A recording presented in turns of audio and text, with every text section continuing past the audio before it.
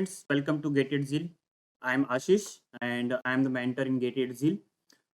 In this video, we will talk about the similar questions which are asked in the GATE Computer Science 2022 और इसी के लिए हमने एक सीरीज स्टार्ट किया था जिसमें हम लोगों ने क्लेम किया था कि 80% ऑफ द क्वेश्चंस जो है गेटेड जील के मॉड्यूल टेस्ट सीरीज और क्लास स्टडी क्लास नोट्स और जो मैम पढ़ाती है उसमें से कवर हुए हैं और वही सीरीज को हम आगे बढ़ाते हुए हम देखेंगे कि कौन कौन से क्वेश्चंस ऐसे हैं जो गेट कंप्यूटर साइंस 2022 में कंप्यूटर ऑर्गेनाइजेशन सब्जेक्ट और डिजिटल लॉजिक सब्जेक्ट से आए हैं और उनके कॉन्सेप्ट कौन-कौन से मैच करते हैं और किस तरह के पैटर्न मैच करते हैं।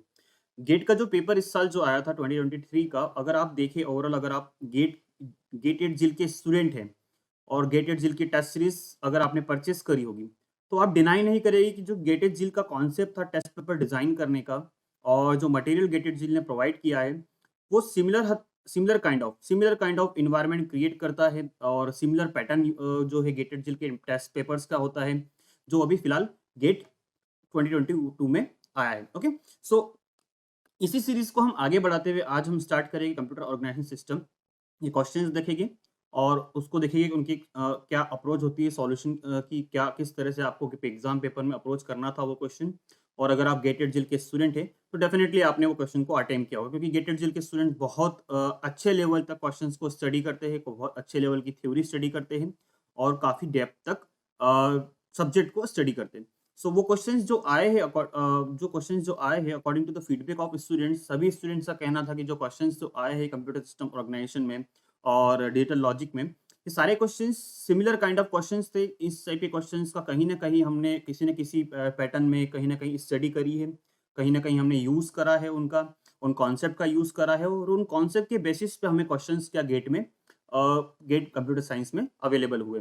डेफिनिटली गेट कंप्यूटर साइंस में जो क्वेश्चंस अवेलेबल हुए हम एग्जैक्टली क्लेम नहीं कर सकते कि एग्जैक्टली क्वेश्चन फ्रेम होके आया होगा आपके सामने, बट हम जो स्टडी करते हैं वो स्टडी मैटर करती है कि हम स्टडी किस तरह की करते हैं। अगर हमारी स्टडी उस क्वेश्चन में अप्लाई हो रही है, हमने जो स्टडी करी है वो क्वेश्चन में अगर अप्लाई हो रही होगी तो हमारा स्टडी क्या हो सकता है, क्या होता है हमारा सक्सेसफुल होता है।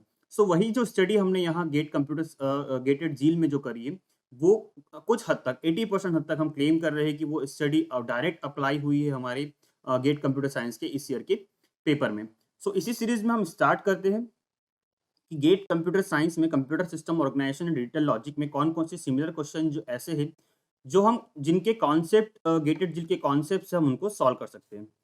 Okay? So very first question जो आपके सामने आया था पेपर में आप गेट पेपर में वेरी फर्स्ट आपको तो ये तो नहीं कहूँगा कि ये यही क्वेश्चन आपके सामने आया, हो सकता है आपके सामने कुछ और क्वेश्चन आया होगा आप जब पेपर अटेम्प्ट कर रहे होगे। बट जो according to the master paper GATE authorities ने रिलीज़ करा है, उसमें जो वेरी फर्स्ट क्वेश्चन जो था कंप्यूटर सिस्टम ऑर्गेनाइजेशन में, वो था from the input output theory. Okay, so CSO में इनपुट आउटपुट थ्योरी और उसमें भी आपसे इनपुट आउटपुट थ्योरी में आपसे वेरी बेसिक क्वेश्चन पूछा है और वो बेसिक क्वेश्चन क्या है कि which of the following facilitates transfer of bulk data from hard disk to main memory with highest throughput? Okay, so जो आपके पास ऑप्शंस आए थे ए बी सी डी, जिसमें आप देखिए सारी जो मेथड दे रखी है ये ट्रांसफर के लिए यूज होती है, डीएमए बेस्ड आईओ ट्रांसफर में यूज होता है, इंटरप्ट ड्रिवन भी हम आईओ ट्रांसफर के लिए यूज करते हैं, पॉलिंग मेथड भी हम आईओ ट्रांसफर के लिए यूज करते हैं और प्रोग्राम आईओ हम उसको भी हम यूज करते हैं। ओके, अब आपसे पूछा था क्वेश्चन में कि सारे तो आपके पास ट्रांसफर के लिए यूज होते हैं, बल्क डेटा के लिए भी यूज होता है, बट आपसे कौन सी मेथड हाईएस्ट थ्रूपुट जनरेट करेगा, हाईएस्ट थ्रूपुट की बात हुई थी। सो हाईएस्ट थ्रूपुट दैट मीन्स आपके पास कोई एक मेथड होगी आपके पास। देखिए क्वेश्चन में definitely which one of the following पूछा है, दैट मीन्स आपसे क्वेश्चन में क्या पूछा था, एमसीक्यू क्वेश्चन था आपके पास, कोई एक ऑप्शन आपको सिलेक्ट करना था। ओके, अब आप देखिए इसका जो ऑफिशियल आंसर था वो क्या दिया था आपको, ए आंसर दिया था, डीएमए। सो डीएमए है आपके पास जो आपको हाईएस्ट थ्रूपुट प्रोवाइड करता है, क्योंकि हाईएस्ट थ्रूपुट किस तरह से प्रोवाइड होता है, क्योंकि डीएमए जब वर्किंग करता है उस टाइम पे सीपीयू जो है हमारे पास आइडल होता है। सीपीयू हमारे पास डेफिनेटली सीपीयू कुछ उस टाइम तक हमारे पास जब डीएमए वर्किंग कर रहा है उस टाइम पे हमारे पास जो बसेस रहती है वो डीएमए को हम ट्रांसफर कर देते हैं, डीएमए डेटा का ट्रांसफर करता है एंड देन सीपीयू को वापस बसेस हम वापस रिटर्न कर देते हैं और डीएमए जो है सबसे हाईएस्ट थ्रूपुट प्रोवाइड करता है। ओके, अब आप देखिए गेटेड झील में इस टाइप के इस क्वेश्चन को हम किस तरह से लेट करते हैं, तो हमने डीएमए के बारे में काफ़ी डिटेल स्टडी करी गेटेड झील में, और सारी मेथड्स के बारे में डिटेल स्टडी करी है। क्लास नोट्स में हमने काफ़ी अच्छे से पढ़ा है। क्लास नोट्स अगर हम बात करें, क्लास नोट्स और लेक्चर, ओके। सो अगर हम क्लास नोट और लेक्चर की बात करें तो जयश्री मैम ने काफ़ी अच्छे से इन कॉन्सेप्ट को एक्सप्लेन करा है कि why we are not using programmed IO model, और why we are not using polling, why we are not using interrupt driven IO transfer, and why we are using DMA, okay. So अगर एक question में हमारे module से pick करता हूं, तो आप देखिए C S O basic IO 2022 के मॉड्यूल में क्वेश्चन नंबर 15 है। अभी क्वेश्चन नंबर 15 क्या बता रहा है, आपसे पूछा है the main reason of implementing DMA in computer system. So अगर आपने क्लास नोट्स भी अगर अच्छे से देखे होगे, रिवाइज करे होगे, अगर लेक्चर वगैरह भी आपने प्रॉपरली देखा होगा, तो आप इसका इजिली आंसर आप दे सकते हैं कि to speed up the transfer of data between the interface and the main memory, okay. So हमें डीएमए का मेन पर्पस क्या है, डेटा ट्रांसफर की स्पीड को इंक्रीज करना, ओके। सो अगर डेटा ट्रांसफर की स्पीड होगी तो हम विद इन 1 सेकंड ज्यादा से ज्यादा डेटा ट्रांसमिट कर पाएंगे। सो थ्रूपुट हमारा क्या होगा, हाईएस्ट होगा, ओके। सो हमारे पास इस क्वेश्चन का आंसर क्या होगा, डीएमए। अब अगर आप गेटेड झील के स्टूडेंट हैं तो आप ये question with in one minute और मैं आपको कहूंगा यहाँ पर, अगर आपने आइडेंटिफाई कर लिया कि एमसीक्यू क्वेश्चन है और आपसे हाईएस्ट थ्रूपुट का पूछा है, तो आप विद इन 30 सेकंड आप डिसाइड करके इसका आंसर लगा देते हैं। आपको कोई कंफ्यूज होने की यहाँ पे रिक्वायरमेंट नहीं होती, ओके। सो फर्स्ट क्वेश्चन जो है आपके पास 1 मार्क का आया था, और क्वेश्चन वो जो था हमारे पास आईओ मॉड्यूल से था। नेक्स्ट क्वेश्चन डिस्कस करते हैं कि नेक्स्ट क्वेश्चन कौन सा ऐसा जो हमारे पास गेटेड जिल के मॉड्यूल या फिर क्लास नोट या फिर हमारे पास कहीं ना कहीं टेस्ट सीरीज के कॉन्सेप्ट से बेस्ड आया है। सो देखिए नेक्स्ट क्वेश्चन जो है हमारे पास, वो आपके पास आया था टूस कॉम्प्लीमेंट नंबर सिस्टम के ऊपर। नंबर सिस्टम से क्वेश्चन आया था आपके पास, तो नंबर सिस्टम में जो क्वेश्चन आया था, वो जो क्वेश्चन था क्वेश्चन नंबर 18। अगर हम बात करें क्वेश्चन नंबर 18 मास्टर पेपर में, क्वेश्चन कुछ इस तरह से था कि let R1 and R2 be the two 4 bit registers that store number in the 2's complement form for the operation of R1 plus R2। that means हमें अगर हम दो रजिस्टर्स की वैल्यू को सम कर रहे हैं, which one of the following values of R1 and R2 gives an arithmetic overflow, okay। सो अब अगर हम बात करें जनरल कॉन्सेप्ट की मैथ्स में, तो अगर आप देखिए, अगर मैं दो नंबर को ऐड करता हूँ, अगर दो पॉजिटिव नंबर को ऐड करता हूँ, तो पॉसिबिलिटी हो सकती है कि हमारे पास ओवरफ्लो हो, और दो नेगेटिव नंबर को ऐड करता हूं मैं, तो पॉसिबिलिटी हो सकती है हमारे पास क्या हो, ओवरफ्लो हो। क्योंकि अगर मैं एक पॉजिटिव नंबर और एक नेगेटिव नंबर को ऐड करूंगा, तो डेफिनेटली मेरे पास नंबर क्या आएगा, स्मॉल आएगा। सो ओवरफ्लो होने की पॉसिबिलिटी कम होगी। ओवरफ्लो मतलब अगर मेरे पास जो स्पेस है, उस स्पेस से ज़्यादा डेटा उसमें स्टोर करने की कोशिश कर रहा हूँ। फॉर एग्जाम्पल, अगर मेरे पास 4 बिट की स्पेस दे रखी है, तो 4 बिट की स्पेस में 5 बिट का डेटा स्टोर करने की कोशिश कर रहा हूँ। So which is called overflow, okay. अब अगर हम इस क्वेश्चन को अप्रोच करें, तो हमारे पास बहुत सारे तरीके हैं। दो जनरल तरीके हम देखते हैं।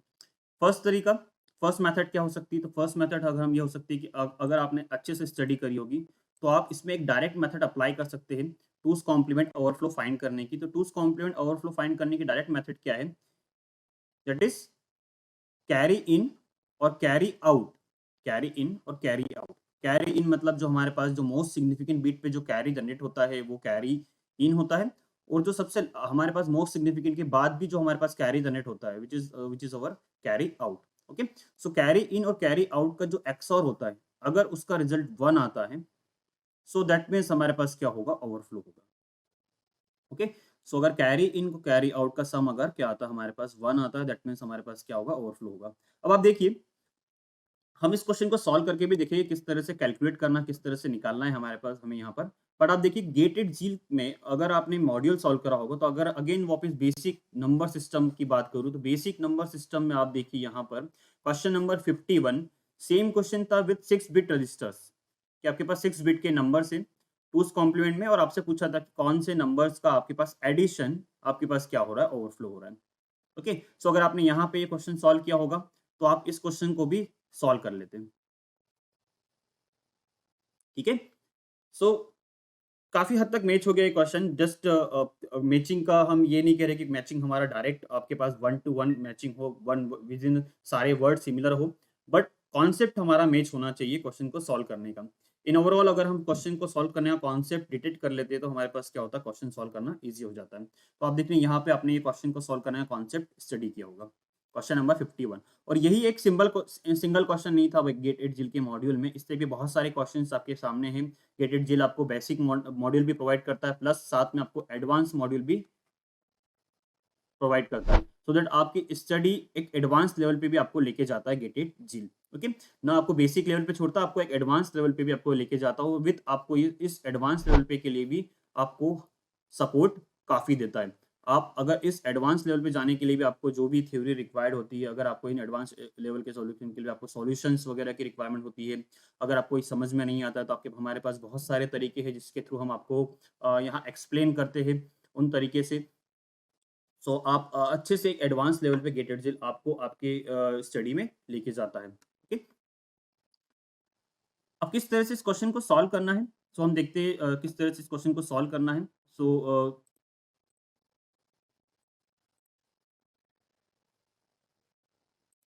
ओके, सो आप देखिए यहाँ पर अगर हम बात करें तो मैंने आपको एक मेथड बताया कि अगर कैरी इन और कैरी आउट का कैरी इन और कैरी आउट का एक्सॉर अगर 1 होता है, दैट मीन्स हमारे पास क्या होगा, ओवरफ्लो। ओके, एक तरीका ये हुआ। सो अब अगर हम आंसर देखें तो आप देखिए यहाँ पर जो आंसर गिवन दिया, मैं डायरेक्ट आंसर के ऊपर जाता हूँ, डायरेक्ट उस आंसर को एक्सप्लेन करता हूँ किस तरह से वो आंसर हमारे पास ओवरफ्लो क्रिएट कर रहा है।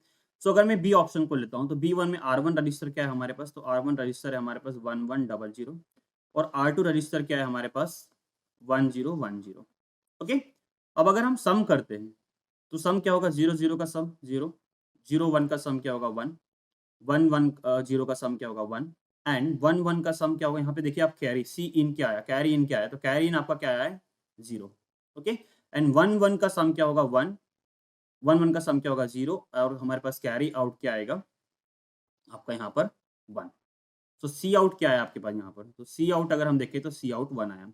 तो इस ऑप्शन में देखिए सी आउट आपका क्या है 1, सी इन क्या है आपके पास 0, और इनका एक्सॉर क्या होगा, इनका एक्सॉर क्या होगा 1। दैट मीन्स ये ऑप्शन आपके पास क्या होगा, ओवरफ्लो। अब इसको हम इस डायरेक्ट कॉन्सेप्ट की बेसिस पे अगर हम देखें तो यहाँ पर हमें ये ओवरफ्लो बता रहा है। बट ये एक्चुअल में ओवरफ्लो कैसे हो रहा है, तो अगर हम बात करें टूस कॉम्प्लीमेंट में, तो टूस कॉम्प्लीमेंट में आर वन नंबर कैसा हमारे पास, तो आर वन नंबर हमें दे रखा है टूस कॉम्प्लीमेंट में 1100। ओके, सो ये टूस कॉम्प्लीमेंट में, it is in two's complement. इसका एक्चुअल नंबर क्या होगा इन डेसिमल में, तो अगर हम इसको डेसिमल में कन्वर्ट करें और आप देखिए इन इन टूस कॉम्प्लीमेंट अगर नंबर सिस्टम इन बाइनरी में अगर मोस्ट सिग्निफिकेंट बीट 1 है, दैट मीन्स नंबर हमारा क्या है, नेगेटिव है। और हम अगर हम डायरेक्ट मेथड से इसको कन्वर्ट करते हैं तो हमारा ये नंबर क्या होगा 0010, that is in decimal -4। Okay, R two number क्या होगा हमारे पास, सो अगर मैं आर टू नंबर की बात करूँ तो आर टू क्या है हमारे पास 1010। सो आर टू है हमारे पास 1010 इन टूस कॉम्प्लीमेंट। अगर मैं इसको कन्वर्ट करता हूँ तो अगेन मोस्ट सिग्निफिकेंट बिट हमारे यहाँ पर 1 है। सो मोस्ट सिग्निफिकेंट बिट 1 है हमारे पास, तो यहाँ पे क्या होगा, नंबर डेफिनेटली हमारा नेगेटिव होगा। और ये नंबर एक्चुअल में है क्या, तो 0110, ये मैंने डायरेक्ट टूस कॉम्प्लीमेंट के कन्वर्जन मेथड अप्लाई करी यहाँ पर। आप इसको सेपरेट वीडियो से स्टडी कर सकते हैं। सो यहाँ पर ये नंबर क्या है, तो अगर हम देखें यहाँ पर माइनस, ये है हमारे पास -6 इन डेसिमल। ओके, अब आप देखिए R1 प्लस R2 का रिजल्ट क्या है, तो अगर R1 प्लस R2 का रिजल्ट अगर -4 प्लस -6 करता हूँ तो मेरे पास रिजल्ट होगा -10 इन डेसिमल। ओके, अब आप टूस कॉम्प्लीमेंट में रेंज देखिए 4 बिट में क्या होती है, तो अगर हम रेंज निकाले टूस कॉम्प्लीमेंट में 4 बिट में, तो अगर रेंज होती है टूस कॉम्प्लीमेंट की रेंज होती है। सो अगर n बिट हमारे पास अगर नंबर है तो n बिट में टूस कॉम्प्लीमेंट की रेंज होगी 2 की पावर n-1 से 2 2 की पावर n-1 -1। ओके, ये ना हमारे पास क्या होगी टूस कॉम्प्लीमेंट की रेंज। तो अगर हम देखें यहाँ पर n की वैल्यू क्या है 4, तो हमारे पास रेंज क्या होगी, हमारे पास largest number, largest negative number store करने की, sorry smallest negative number store करने की, स्मॉलेस्ट दैट मीन्स जितना हमारे पास नंबर लार्जेस्ट इन वैल्यू होगा वो हमारे पास स्मॉलेस्ट होगा। सो हमारे पास स्मॉलेस्ट नेगेटिव नंबर क्या होगा, तो अगर हम देखें यहाँ पर 2 की पावर 4 -1 करेंगे तो हमारे पास ये आ जाएगा, रेंज हमारे पास क्या आ जाएगी पॉजिटिव में 2 की पावर 3 -1 दैट इज 7, और यहाँ क्या आएगा -8। ओके। सो जो मेरे पास रेंज हम स्टोर कर सकते हैं in two's complement, so largest smallest negative number जो मैं स्टोर कर सकता हूँ वो होगा मेरा -8, बट हम यहाँ क्या स्टोर कर रहे हैं -10। तो डेफिनेटली हमारे पास ये क्या होगा ओवरफ्लो। 10 को स्टोर करना है तो मुझे 10 को स्टोर करने के लिए एटलीस्ट 5 बिट्स की रिक्वायरमेंट होगी, एटलीस्ट 5 बिट की। एन की वैल्यू क्या होनी चाहिए, मिनिमम 5 बिट्स। ओके। सो ये तरीका भी है, तो गेट में आप कोई सा भी मेथड यूज़ कर सकते हैं, बट अगर हमें गेट में अगर हम टाइम कंस्ट्रेंट को देखें, तो टाइम कंस्ट्रेंट के बेसिस पे हमें हमेशा इफेक्टिव मेथड को अप्लाई करना है। तो इफेक्टिव मेथड कौन-सी होगी कि आप अगर आपसे अरिथमेटिक ओवरफ्लो पूछा है, तो आप डायरेक्टली सी इन और सी आउट निकालिए और आप उसका एक्सओर लगा के चेक करिए। उसका करेक्ट आंसर क्या था? ऑफिशियल आंसर की में बी, और यही इसका करेक्ट आंसर है। ओके, नेक्स्ट क्वेश्चन डिस्कस करते हैं।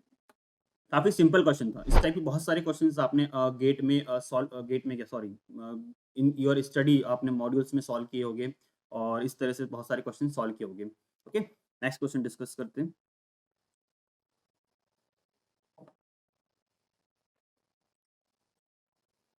ओके, सो नेक्स्ट क्वेश्चन जो था आपका कैश मेमोरी बेस्ड क्वेश्चन था। कैश मेमोरी में हमारे पास हम 2 टाइप की कैशेस स्टडी करते हैं, right back cash, right through cash, और इनके भी different different models different different mapping strategy हम डिस्कस करते हैं कैश मेमोरी में। और कैश मेमोरी भी काफ़ी डिटेल में हम डिस्कस करते हैं। कैश मेमोरी के हम काफ़ी डिटेल तक क्वेश्चंस ले जाते हैं। जो गेट में क्वेश्चंस आए थे वो एक्चुअल में काफ़ी अच्छे लेवल के क्वेश्चंस आए थे, जो इन क्वेश्चंस को सॉल्व करने के लिए आपको एक प्रॉपर बेस चाहिए, और आपको प्रॉपर बेस और प्रॉपर प्रैक्टिस मटेरियल चाहिए, तब जाके उन मटेरियल से आप कॉन्सेप्ट डिराइव करेंगे, और वो उन कॉन्सेप्ट के बेसिस पे आप क्वेश्चन को सॉल्व करेंगे। अब जो क्वेश्चन आप देखिए, यहाँ पे ये क्वेश्चन आया था, ये कंपैरिजन आया था, आपसे पूछा था कि राइट बैक कैश है और राइट थ्रू कैश है, और दोनों केस आपकी कैसी सेट एसोसिएटिव कैश है। जो यूज़ कर रही है आपके पास यहाँ पर LRU algorithm for the cache block replacement, and the write back cache is WB is the write back cache, and WT is जो सिनोनिम यूज़ करा है is the use for write through cache. आपसे पूछा था which of the following statement is are false. Okay, अब आप options देखिए। Each case block in write back and write through is dirty bit. every write hit every write hit in write back lead to a data transfer from cache to main memory. Eviction of block from write through will lead to a data transfer from cache to main memory. Or a read miss in write back will never lead to eviction of dirty block from write back cache. सो अगर हम class note में जो हमने जो study करी है, हमने काफ़ी अच्छे से इन इन कंसेप्ट को समझा है कि किस तरह से राइट बैक कैश वर्क करती है, और किस तरह से राइट थ्रू कैश वर्क करती है। सो इसके लिए हमने मिस पॉलिसीज़ देखी है कि किस तरह से मिस होने पर राइट बैक कैश बिहेव करती है, तरह से मिस होने पर हमारे पास राइट थ्रू कैश बिहेव करती है। ये भी हमने स्टडी करा है। डर्टी बीट्स किस केस में होना बहुत ज़रूरी है, किस केस में रिक्वायरमेंट नहीं है डर्टी बीट्स की, ये भी हमने क्लास में स्टडी करा है। जैसे में हमने क्लास लेक्चर्स में काफ़ी अच्छे से एक्सप्लेन करा है। और आप देखिए गेटेड जील का जो एक क्वेश्चन मैंने जो पिक किया है, ये आपसे पूछा है, choose the most important reason write back case are better और worse than the write through case. Comparison आपको यहाँ पे पूछा है यहाँ पर। सो हम लोगों ने स्टडी किया है कि जब हम राइट थ्रू केस कर रहे हैं, यूज़ कर रहे हैं, राइट थ्रू केस में हम डायरेक्टली जो है हमारे pass on on right miss on right miss अगर केस में होता है, तो हम डायरेक्टली क्या करते हैं, उस राइट को कहाँ करते हैं, मेन मेमोरी में परफॉर्म करते हैं। हम केस में परफॉर्म नहीं करते राइट को, हम डायरेक्टली राइट को कहाँ परफॉर्म करते हैं, मेन मेमोरी में परफॉर्म करते हैं। और in case of read miss read miss होने पर, अगर हमारे पास रीड मिस होता है, तो जो ब्लॉक होता है हम ब्लॉक को ट्रांसफ़र करते हैं कहाँ पर, मेन मेमोरी में ट्रांसफ़र करते हैं, और उस ब्लॉक को हम क्या करते हैं, मॉडिफ़ाई करते हैं इन इन कैश। ओके, सो अगर राइट थ्रू कैश है, तो अगर राइट मिस होता है, दैट मीन्स अगर जिस एलिमेंट को, जिस डेटा को मुझे राइट करना है इन कैश, अगर वो एलिमेंट और वो ब्लॉक अगर मेरे पास मेमोरी में अवेलेबल नहीं है, तो वो ब्लॉक को मैं डायरेक्टली मेन मेमोरी में ही अपडेट कर दूँगा। मुझे उस ब्लॉक को कैश में लाने की रिक्वायरमेंट नहीं है। Okay, but in case of right जो है, हमारे पास राइट हिट होता है। राइट हिट दैट मीन्स कि जो डेटा आइटम को मुझे राइट करना है, वो कैश में अवेलेबल है। तो उस डेटा आइटम को मैं क्या करूँगा, कैश में अपडेट करूँगा, और साइमल्टेनियसली मेन मेमोरी में भी मैं उसको उसी सेम टाइम पे अपडेट करूँगा। इन केस ऑफ 2 चीज़ें हमारे पास, write hit and write miss. ये चीज़ को समझना बहुत ज़रूरी है कि राइट हिट में क्या होगा और राइट मिस में क्या होगा, और यही डिफरेंस बताता है हमारे पास राइट बैक कैश और राइट थ्रू कैश में, कि राइट हिट के टाइम पे हम क्या स्कीम यूज़ कर रहे हैं और राइट मिस के टाइम पे हम क्या प्रोसीजर यूज़ कर रहे हैं। So in case of write hit, अगर राइट हिट हुआ मतलब दैट मीन्स कैश हिट हुआ। तो कैश हिट हुआ तो हमने कैश में डेटा आइटम को अपडेट करा, साइमल्टेनियसली हमने मेन मेमोरी में डेटा आइटम को अपडेट करा। But in case of right miss, in case of right miss मुझे क्या करें, हम क्या करेंगे, अगर राइट मिस हुआ दैट मीन्स हमारे पास कैश में वो डेटा आइटम और ब्लॉक अवेलेबल नहीं है, उस उसके करस्पॉन्डिंग हम मेन मेमोरी में जाएंगे और मेन मेमोरी में ही वो हम क्या कर देंगे, डेटा आइटम को राइट कर देंगे। ओके, सो ये हमारे पास राइट थ्रू का स्कीम हुआ। रीड के लिए क्या करेंगे, सो रीड मिस और रीड हिट भी हमारे पास होता है, रीड मिस और रीड हिट। तो अगर रीड मिस है तो रीड मिस के केस में क्या होगा, रीड मिस के केस में हम क्या करेंगे, सबसे पहले आइटम को क्या करेंगे, कैश में लेके आएंगे एंड फिर रीड करेंगे। रीड हिट हुआ, सो दैट मीन्स हमारे पास ब्लॉक ऑलरेडी अवेलेबल हुआ। सो स्कीम हमारे पास राइटिंग के लिए यहाँ पर राइट थ्रू केस में एज अ नेम इम्प्लाइज जो है राइट थ्रू, मतलब राइट स्कीम को हमको फॉलो करना है, और राइट बैक मतलब इसी हमारे पास क्या है, मेजर डिफरेंस जो क्रिएट करेगा राइट ऑपरेशन ही हमारे पास यहाँ पर डिफरेंस क्रिएट करेगा। ओके, सो अब ऑप्शंस क्या है। सो आप देखिए यहाँ पर एक और चीज इस थ्योरी में डिफाइन करना चाहूंगा, कि अगर हम देखिए यहाँ पर जो भी मॉडिफिकेशन हो रहा है ब्लॉक में, जो भी मॉडिफिकेशन हो रहा है ब्लॉक में, अगर हम राइट ऑपरेशन परफॉर्म कर रहे हैं वेदर इट इज हिट और मिस, अगर हमारे पास मिस हिट हो रहा है, तो अगर मैंने कैश में डेटा आइटम को मॉडिफाई किया तो साइमल्टेनियसली मेन मेमोरी में डेटा आइटम को मॉडिफाई कर दिया। और अगर मेरे पास राइट मिस होता है, तो अगर राइट मिस होता है और अगर वो ब्लॉक कैश में अवेलेबल नहीं है, that is why right miss हुआ है, तो हम इमीडिएटली राइट मेन मेमोरी में ही उस डेटा आइटम को अपडेट कर देते हैं। सो यहाँ पर इन case of write through, I think right through में हमारे पास आप देखिए यहाँ पर डर्टी बिट की रिक्वायरमेंट नहीं है। वाई डर्टी बिट की रिक्वायरमेंट नहीं, डर्टी बिट क्या बताते हैं कि अगर मेन कैश मेमोरी में अगर कोई ब्लॉक अपडेट हुआ है, so with the help of dirty bit हम आइडेंटिफाई करते हैं कि वो ब्लॉक को हमें मेन मेमोरी में अपडेट करना है कि नहीं करना है, डेटा को हमें कंसिस्टेंट दोनों कैश और मेन मेमोरी में करना है कि नहीं करना है। So with the help of dirty bit हम वो आइडेंटिफाई लगाते हैं। सो अगर राइट थ्रू है तो डर्टी बिट की रिक्वायरमेंट नहीं है, क्यों, क्योंकि हमारे पास आप देखिए साइमल्टेनियसली कैश और मेन मेमोरी हमारे पास in case of write through consistent रहेगी। But in case of write back, in case of write back जो हम करते हैं, सारा अपडेशन परफॉर्म करते हैं किसमें, कैश के अंदर।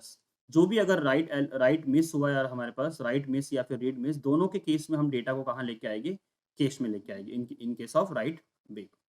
ओके, सो राइट बैक के केस में डर्टी बिट की रिक्वायरमेंट है, क्योंकि हम कैश के अंदर मॉडिफिकेशन परफॉर्म कर रहे हैं, और हम जो मेन मेमोरी मॉडिफिकेशन कब परफॉर्म करेंगे, at the time of block replacement. Okay, और in case of write through हम साइमल्टेनियसली मेन मेमोरी में मॉडिफिकेशन भी हम परफॉर्म करते रहते हैं। तो यही यही थ्योरी क्लास में आपने बहुत अच्छे से स्टडी करी है, कुछ क्वेश्चंस और कुछ मॉड्यूल्स में टेस्ट पेपर्स में ये भी सब सॉल्व करे हैं, और उसी थ्योरी के ऊपर आपने यहाँ पर आप देखिए ऑप्शंस डिजाइन होकर आपके सामने आए। तो जस्ट बेसिक नॉलेज अगर आपको राइट बैक और राइट थ्रू का होता, तो आप ये क्वेश्चंस को इजीली अटेम कर लेते। अब फर्स्ट ऑप्शन देखिए आपसे फॉल्स पूछा है, तो फर्स्ट ऑप्शन देखिए अभी मैंने एक्सप्लेन करा as example, each cache block in write back and write through has a dirty bit. So dirty bit की रिक्वायरमेंट राइट बैक कैश में हमें लगती है, क्योंकि हम मेन कैश मेमोरी में ही अपडेट करते हैं, और eight the time of block replacement हम क्या करते हैं, मेन मेमोरी को अपडेट करते हैं। सो हमें उसके लिए डर्टी बिट की रिक्वायरमेंट होती है। राइट थ्रू में हम क्या करते हैं, डायरेक्टली मेन मेमोरी भी अपडेट करते हैं प्लस साथ में कैश भी अपडेट करते हैं, तो हमारे पास दोनों कैश और मेन मेमोरी में डेटा हमारा क्या होता है, कंसिस्टेंट होता है। तो उसके लिए हमें यहाँ पे डर्टी बिट की रिक्वायरमेंट नहीं होती। तो ऑप्शन ए क्या है हमारा, क्या हो गया, false. Okay, next, every hit in a write back lead, every hit in a write back lead to a data transfer from cache to main memory. So जैसे मैंने बताया कि राइट हीट के केस में हमारे पास every write hit in a write back cache lead to a data transfer from cache to main memory. So ये बात हो रही है यहाँ पर राइट बैक कैश की। सो राइट बैक केस में डेटा ट्रांसफर हम मेन मेमोरी में कब करते हैं, जब ब्लॉक हमारा इविक्शन होता है, ब्लॉक रिप्लेसमेंट होता है, उस केस में हम क्या करते हैं, परफॉर्म करते हैं मेन मेमोरी में डेटा ट्रांसफर। अदरवाइज हम डर्टी बिट को सेट कर देते कि वो ब्लॉक हमारा क्या हुआ, मॉडिफाई हुआ है, और एट द टाइम ऑफ जब भी इन फ्यूचर वो ब्लॉक रिप्लेस होगा, उससे पहले रिप्लेसमेंट से पहले हमें वो ब्लॉक की इन्फॉर्मेशन को मेन मेमोरी में स्टोर करना होगी, कंसिस्टेंट करना होगा मेन मेमोरी को भी। सो ये अगर इनकेस अब यहाँ पे राइट थ्रू होता तो ये स्टेटमेंट हमारा ट्रू होता, अभी हमारे पास फिलहाल ये स्टेटमेंट भी क्या हो गया, फॉल्स हो गया। Okay, eviction of a block from write through will not lead to a data transfer from cache to main memory. सो आप देखिए अभी हमने जो डिफरेंस देखा है कि राइट थ्रू कैश में मेन मेमोरी भी अपडेट रहती है साइमल्टेनियसली और कैश भी अपडेट रहती है। सो जब ब्लॉक इविक्ट हो रहा है हमारे पास, ब्लॉक हम बाहर निकाल रहे हैं किसी भी कैश से, तो उसको मुझे मेन मेमोरी में स्टोर करने की रिक्वायरमेंट नहीं है। उस ब्लॉक के डेटा को हमें ट्रांसफर करने की रिक्वायरमेंट नहीं है मेन मेमोरी में in case of write through. So according to this theory ये स्टेटमेंट हमारा क्या हो गया है, ट्रू हो गया है। This is true. A read means in write back will never lead to eviction of dirty block from write back. So देखिए आप यहाँ पर, अब यहाँ पर रीड मिस हुआ, read miss in write back will never lead to a eviction of dirty block from write back. So अगर कोई राइट राइट बैक कैश में ब्लॉक डर्टी है और उस ब्लॉक को हम रिवीट क्या कर रहे हैं, रिप्लेस कर रहे हैं विद द न्यू ब्लॉक, अगर हमारे पास कैश में स्पेस अवेलेबल नहीं है या फिर हमारे पास सेम सेट पे ही हमारे पास जिस सेट पे डेटा लोड हो रहा है और वो सेट हमारा फुल है, तो उस केस में हमें इविक्शन परफॉर्म करना होगा। और इविक्शन परफॉर्म करना होगा और इविक्शन परफॉर्म के चेक में हम चेक करेंगे डर्टी ब्लॉक है कि नहीं, और अगर डर्टी ब्लॉक हमारा डर्टी है तो उस केस में मुझे उस ब्लॉक को, उसके डेटा को स्टोर करना होगा मेन मेमोरी में। सो उस केस में यहाँ पर आपसे यहाँ बोला है will never lead to eviction of dirty block from memory write back. So यहाँ पर नेवर लीड टू, तो ये नेवर वर्ड के कारण ये स्टेटमेंट हमारा फॉल्स हो गया। हमारे पास इच अगर ब्लॉक हमारा डर्टी है in case of write back, so हमारे पास always lead to eviction of dirty block from write back होगा। सो इसे ये स्टेटमेंट भी फॉल्स हो गया। तो आप देखिए यहाँ पर जितनी थ्योरी अभी आपके सामने मैंने डिस्कस करी है, ये इस थ्योरी के बेसिस पे क्वेश्चन इजीली हमारा क्या हो गया, ये सॉल्व हो गया, और यही थ्योरी हमने क्लास में भी स्टडी करी है। और सिमिलर काइंड ऑफ क्वेश्चन यहाँ पर डिफरेंस के फॉर्म में आपके पास आया है। अगर इस क्वेश्चन को भी आपने, अगर वो क्लास थ्योरी आपको रिमेंबर होगी, तो ये क्वेश्चन भी आप इस क्वेश्चन को भी इजिली अटेम्प्ट कर किया होगा आपने मॉड्यूल में। Okay, so next question discuss करते हैं।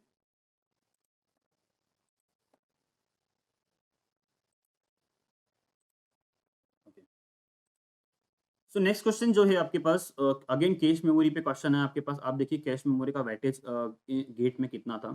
सो फर्स्ट क्वेश्चन हमने देखा वो right back right through cash के ऊपर। सेकंड क्वेश्चन हम देख रहे हैं इफेक्टिव मेमोरी एक्सेस टाइम के ऊपर, क्वेश्चन नंबर 33 है जो। और काफ़ी अच्छा वेटेज है।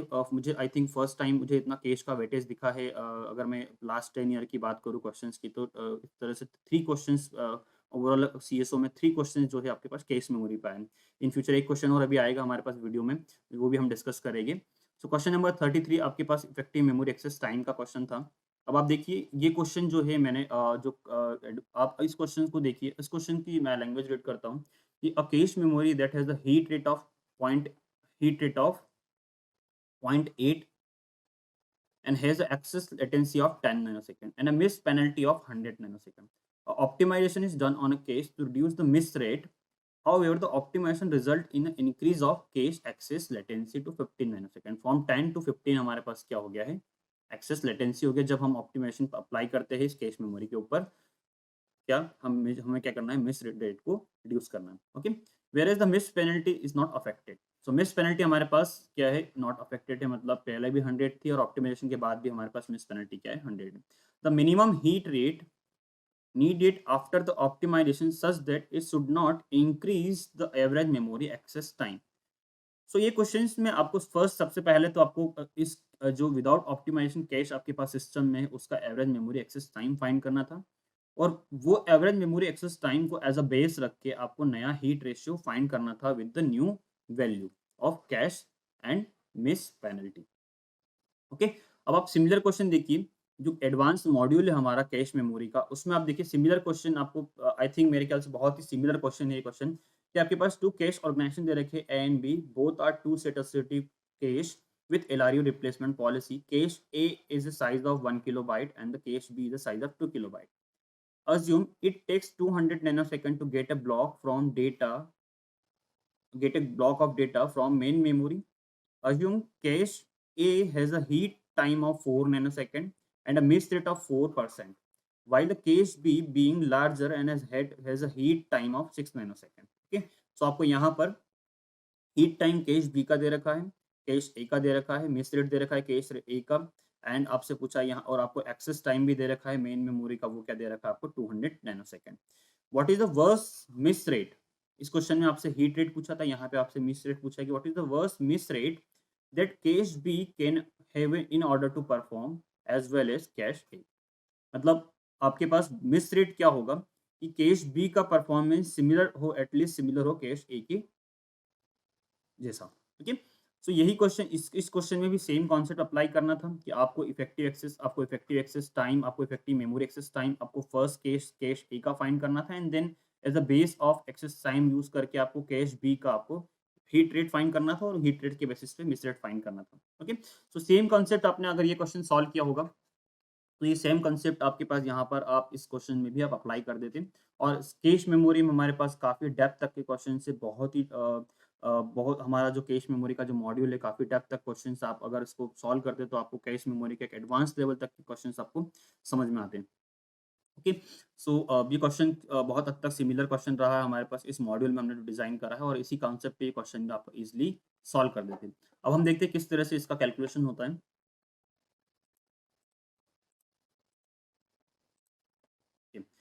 सो कैलकुलेटिव पार्ट देखते हैं हम कि इसका आंसर क्या आएगा हमारे पास। तो आप देखिए यहाँ पर अगर हम देखें,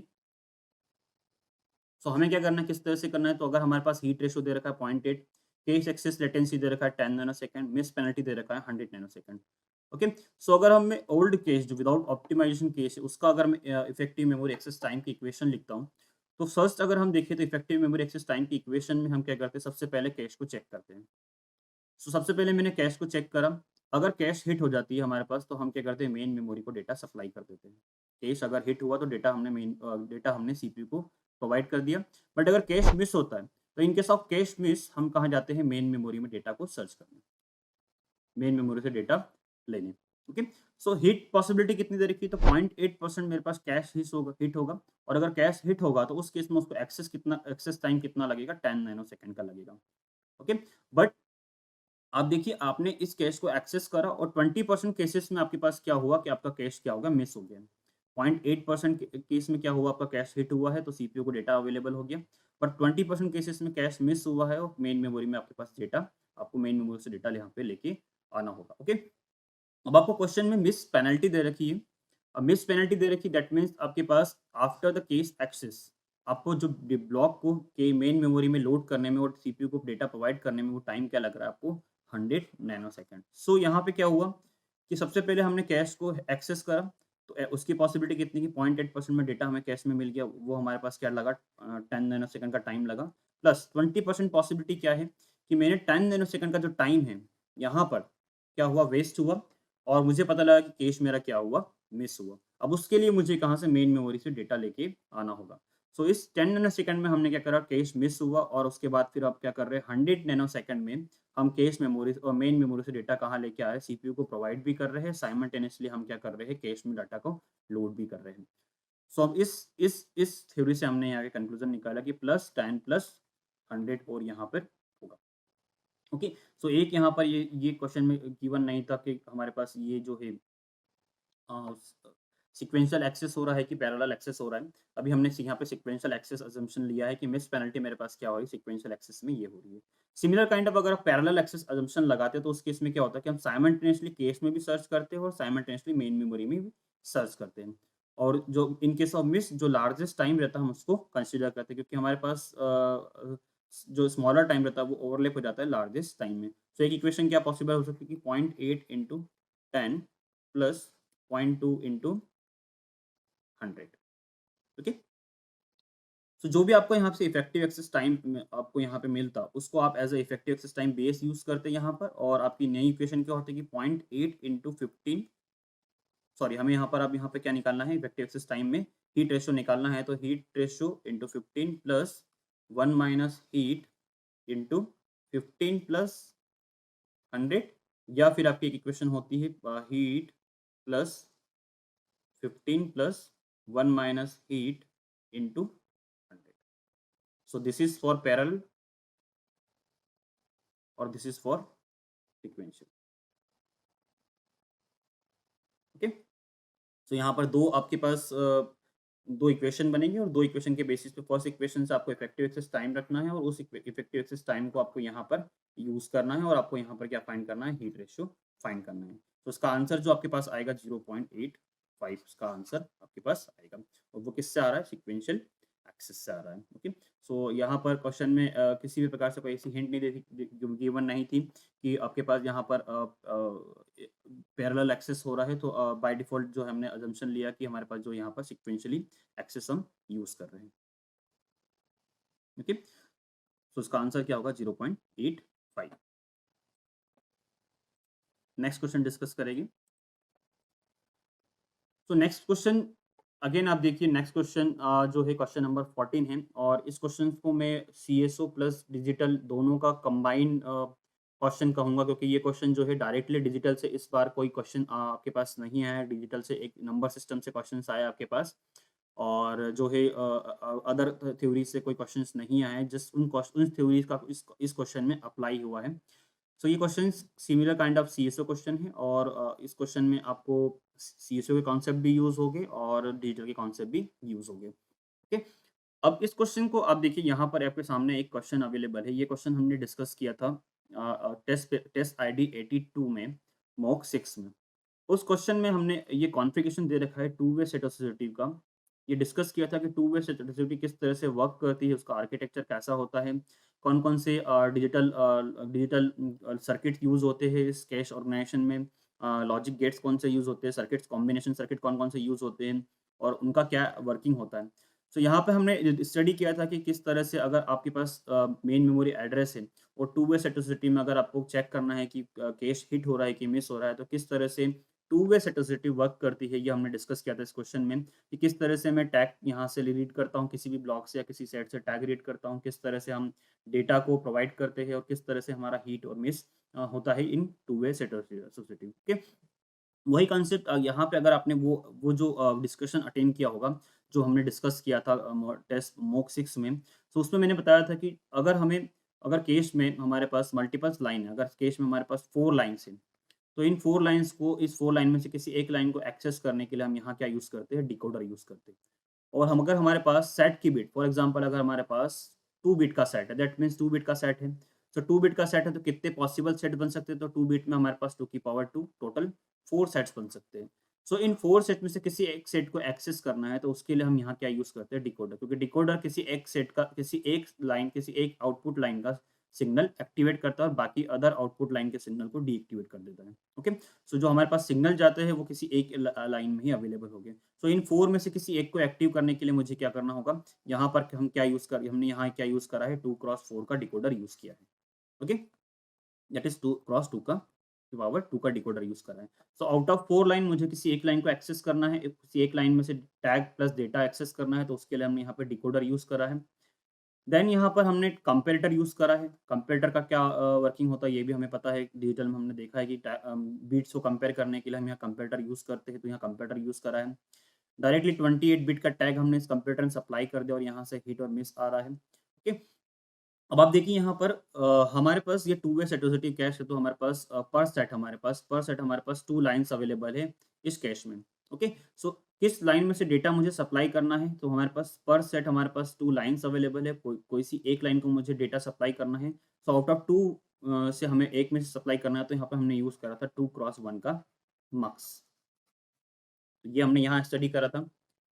तो यहाँ 2 क्रॉस 1 का मक्स स्टडी करा है, यहाँ डिकोडर स्टडी करा है। डिकोडर का यूज़ हमने देखा कि किसी भी एक लाइन को सिलेक्ट करने के लिए मुझे यहाँ पर डिकोडर लगेगा, और डिकोडर का साइज़ क्या है? 2 क्रॉस 4 का साइज़ लगेगा मुझे। ये 4 लाइन को सिलेक्ट करना, 4 में से किसी एक को सिलेक्ट करना है, तो यहाँ पे 2 क्रॉस 4, और उन 4s के लिए कितने बिट्स का डिकोडर लगेगा? 2 क्रॉस 4 का डिकोडर मुझे यहाँ पर लगेगा। अब आप सेम कॉन्सेप्ट आप रिलेट कर सकते हैं इस सीएसओ के क्वेश्चन से। यहाँ पे भी सेम आपको यहाँ पर एक कोड वर्ड दे रखा है, जिसको 3 पार्ट्स में ब्रेक कर रखा है। एक एक मोड बिट दे रखी है। मोड बिट आपको यहाँ पर टी लॉजिक में अप्लाई हो रही है, और इस टी लॉजिक में 2 इनपुट्स आपके पास अवेलेबल हो रहे हैं, और ये 2 इनपुट में से किसी एक इनपुट को आपको यहाँ पर सिलेक्ट करना है। सो आप देखिए यहाँ पर डेफिनिटली अगर आप इस थ्योरी से अगर रिलेट करें, तो आपके पास देखिए यहाँ पर 2 डेटा लाइन्स हैं। इन 2 डेटा लाइन में से किसी एक को सिलेक्ट करना था, तो हमने 2 क्रॉस 1 का मक्स यूज़ करा है। तो यहाँ टी डेफिनिटली क्या होगा? 2 क्रॉस 1 का एक मक्स होगा। तो जैसे ही आपने ये डिटेक्ट करा, वैसे ही आपका एक ऑप्शंस आपका यहाँ पे क्या हो जाता है? बाहर हो जाता है क्वेश्चंस के आंसर में से। ठीक? तो यहाँ पर आपका टी जो है 2 क्रॉस 1 का एनकोडर कभी नहीं हो सकता। 2 क्रॉस 1 का मल्टीप्लेक्सर होगा, तब 3 ऑप्शंस बचे। ओके? अब आप देखिए यहाँ पर हम क्वेश्चंस स्टडी करते हैं।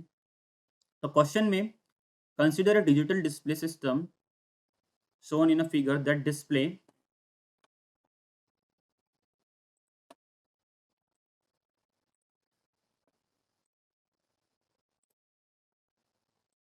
consider a digital system shown in a figure that display the content of register X. A 16-bit code word is used to load a word in X. So हम 16-bit code word use कर रहे हैं और उसमें से हम load word कर रहे हैं X में, यहाँ पे वर्ड X लोड कर रहे हैं, either from S or from R, either from S or from R. S is 1024 word memory segment, यहाँ पे हमारे पास 1024 डिफरेंट मेमोरी वर्ड्स हैं, and R is 32 word register file, और यहाँ हमारे पास क्या है 32 words register file. Based on the value of mode bit M, T select the input from load to X. So based on the value of mode bit, अगर mode bit अगर either for example 1 हुई तो हम इसमें से select करेंगे, 0 हुई तो हम इसमें से सिलेक्ट करेंगे. ओके, सो दो पॉसिबल इनपुट्स हमारे पास हो सकते हैं, 1 और 0. T select the input word to load X. P and Q interface with the corresponding bit in the code word to choose the address word.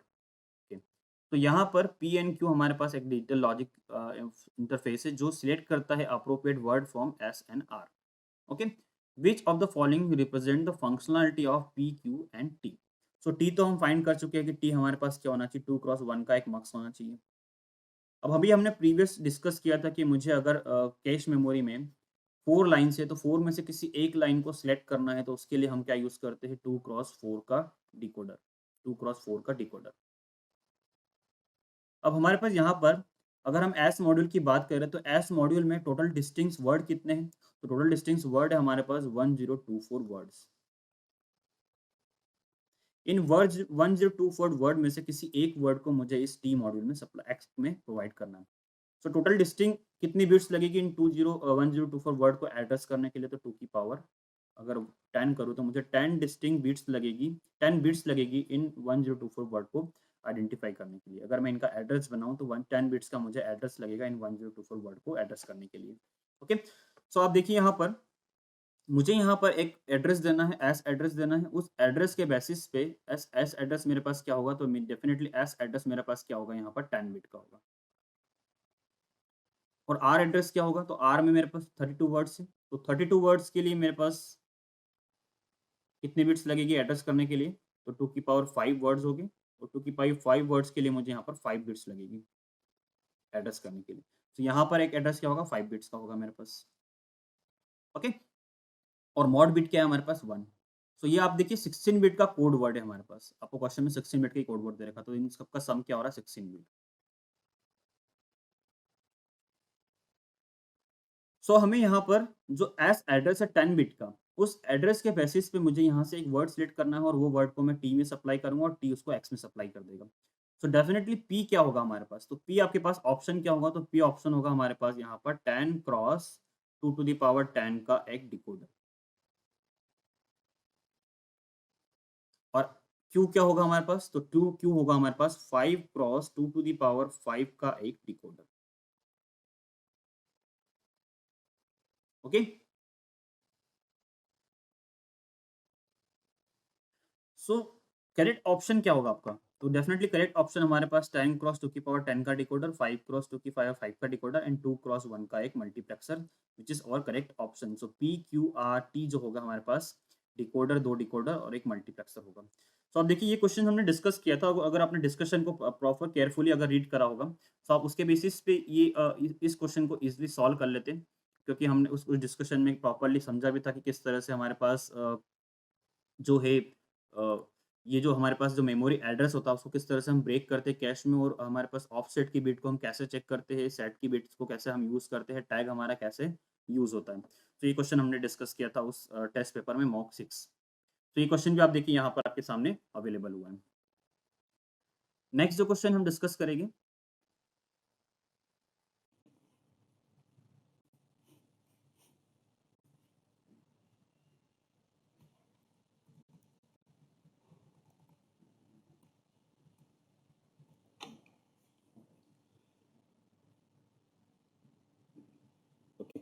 So next जो question हम लोग discuss करेंगे वो है क्वेश्चन, वो देखते हैं कौन सा क्वेश्चन नेक्स्ट जो क्वेश्चन हम डिस्कस करेंगे। तो नेक्स्ट जो क्वेश्चन है वो है question number 41 from the master paper. और जो क्वेश्चन नंबर 41 है वो आया है आपके पास फ्लोटिंग पॉइंट नंबर सिस्टम के ऊपर, which is a topic in number system. So very very basic question आया है आपके पास जो है नंबर सिस्टम में। इसमें जस्ट आपसे IEEE नंबर्स दे रखे जो स्टोर है रजिस्टर्स में, और जो नंबर्स आपके सामने हैं वो जो रजिस्टर ए में जो नंबर स्टोर है वो ये नंबर है in hexadecimal form, and register B में जो नंबर स्टोर है इन हेक्साडेसिमल फॉर्म ये नंबर है, एंड रजिस्टर सी में जो नंबर स्टोर है इन हेक्साडेसिमल फॉर्म वो ये नंबर है। अब आपसे क्वेश्चन में क्या पूछा था? तो क्वेश्चन में बहुत सिंपल चीज पूछी थी, which of the following is false. Okay, so just आपको यहाँ पर क्या करना था कि आपको यहाँ पर जस्ट फॉर एग्जांपल आपने रजिस्टर ए बी सी को कन्वर्ट कर लिया, इनकी डेसिमल वैल्यू फाइंड कर ली कि what value are store in the register A B and C. Okay, and then आपको उनके बीच में रिलेशन फाइंड करना था कि whether A plus C is equal to 0, whether C is equal to A plus B, और B is equal to thrice C, और B minus C is greater than equal to 0। Okay, अब आप देखिए ये जो क्वेश्चन आया था directly IEEE based question आया था, और 3 क्वेश्चंस को मिला के क्वेश्चन आपको फ्रेम कर दिया है। जनरली जो क्वेश्चंस आए गेट में प्रीवियस ईयर्स में जो क्वेश्चन आए थे वो सिंगल IEEE वैल्यू के ऊपर आए थे। आई थिंक कि इसमें एक सिंगल वैल्यू दे रखी है आपको, और आपको जस्ट उससे पूछा है कि इसका मेंटेसा क्या होगा, इसका एक्सपोनेंट क्या होगा, इसका एग्जैक्ट डेसिमल नंबर क्या होगा इन अगर ये IEEE नंबर आपके सामने गिवन है तो। सो यहाँ पे आपके पास 3 IEEE नंबर्स गिवन दे दिए, और इन IEEE नंबर्स को आपको कंपेयर करना है। तो ये क्वेश्चन ऐसा डिफिकल्ट नहीं है, बट ये क्वेश्चन आपको जब अगर आप गेट के एग्जाम में करेंगे तो आपको थोड़ा सा टाइम लगेगा, क्योंकि आपको थ्री फॉर्मेट्स को कन्वर्ट करना है। ओके, अब आप देखिए अगर आपने गेटेड जिल के मॉड्यूल सॉल्व किए होंगे या फिर क्लास थ्योरी को काफ़ी अच्छे से देखा होगा, तो आप ये इस तरह के क्वेश्चंस काफ़ी डिस्कस करते हैं हम गेटेड जिल के मॉड्यूल में, और जैसे मैम भी काफ़ी अच्छे से इन क्वेश्चंस को एक्सप्लेन करते हैं, बहुत सारे केसेस एक्सप्लेन करते हैं कि IEEE में मैक्सिमम नंबर की वैल्यू क्या होगी, IEEE में स्मॉलेस्ट नंबर की रेंज क्या होगी, नंबर क्या होगा, रेंज हमारे हम देखते हैं, कंपेयर करते हैं first largest and second largest के बीच में। तो बहुत सारे पैटर्न्स हम इस थ्योरी पे हम लर्न करते हैं, और ये जो था ये जस्ट फ्रॉम द टॉपिक जो था ये जस्ट बिगिनिंग की थ्योरी से ही क्वेश्चन आपसे पूछा हुआ है। अब देख सकते हैं question number 67, 68 and 69 from the basic module में। अब वो भी 2022 के में से आपसे क्वेश्चन इस तरह के है कि आपके पास डिफरेंट डिफरेंट नंबर्स और आपसे डेसिमल वैल्यूज पूछी है। सो अगर आपको कन्वर्जन करना आ रहा है from IEEE to decimal value, अगर IEEE फॉर्मेट में कोई नंबर स्टोर है और उसका आपको डेसिमल कन्वर्जन आ रहा है, तो आप ये क्वेश्चन को इजिली अटेम्प्ट करते हैं। तो चलिए देखते हैं ये क्वेश्चन को किस तरह से सॉल्व करते हैं। इसके लिए हम देखते हैं किस तरह से क्वेश्चन को सॉल्व करते हैं। तो हम कि क्या रजिस्टर RA, RB और RC की वैल्यू होगी हमारे पास। ओके, सो यहाँ पे मैंने जो है यहाँ पर इन रजिस्टर्स को जो हेक्साडेसिमल फॉर्म में जो रजिस्टर्स में वैल्यू स्टोर है उसको ब्रेक कर लिया है, बाइनरी नंबर में आपको यहाँ पे लिख दिया है, और उसको 3 डिफरेंट पार्ट्स में ब्रेक कर दिया है। अब ये 3 डिफरेंट पार्ट क्या रिप्रेजेंट कर रहे हैं हम डिस्कस करते हैं। सो अगर हम IEEE single precision floating point number की बात करें, तो हमारा IEEE single precision floating point number जो रहता है वो 32 बिट का एक नंबर होता है, और उसको हम 3 पार्ट्स में ब्रेक करते हैं।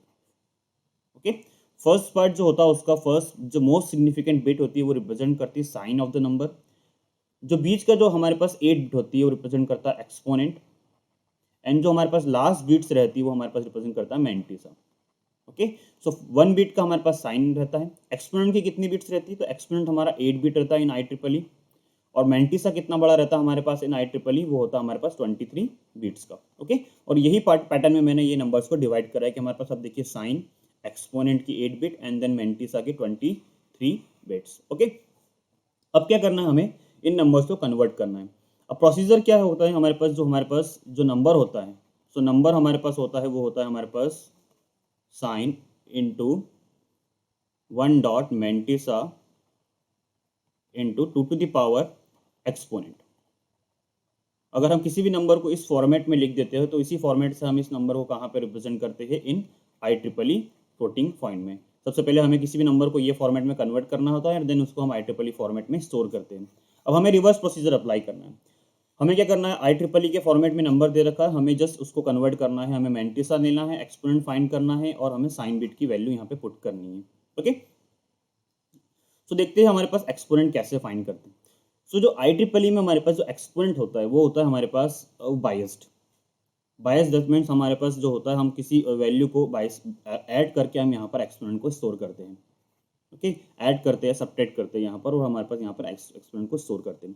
अब बाइसिंग वैल्यू क्या होती है इन IEEE? तो बाइसिंग वैल्यू हमारे पास होती है IEEE में, वो होती है हमारे पास 127। तो जो भी नंबर हम यहाँ पे स्टोर कर रहे हैं इन IEEE फॉर्मेट, वो हमारे पास क्या होता है, +127। लेट से हमारा अगर नंबर 1 है, हमारे पास एक्सपोनेंट 1 है, तो हम क्या स्टोर करेंगे, 1 + 127, दैट इज 128 हम यहाँ पे स्टोर करेंगे।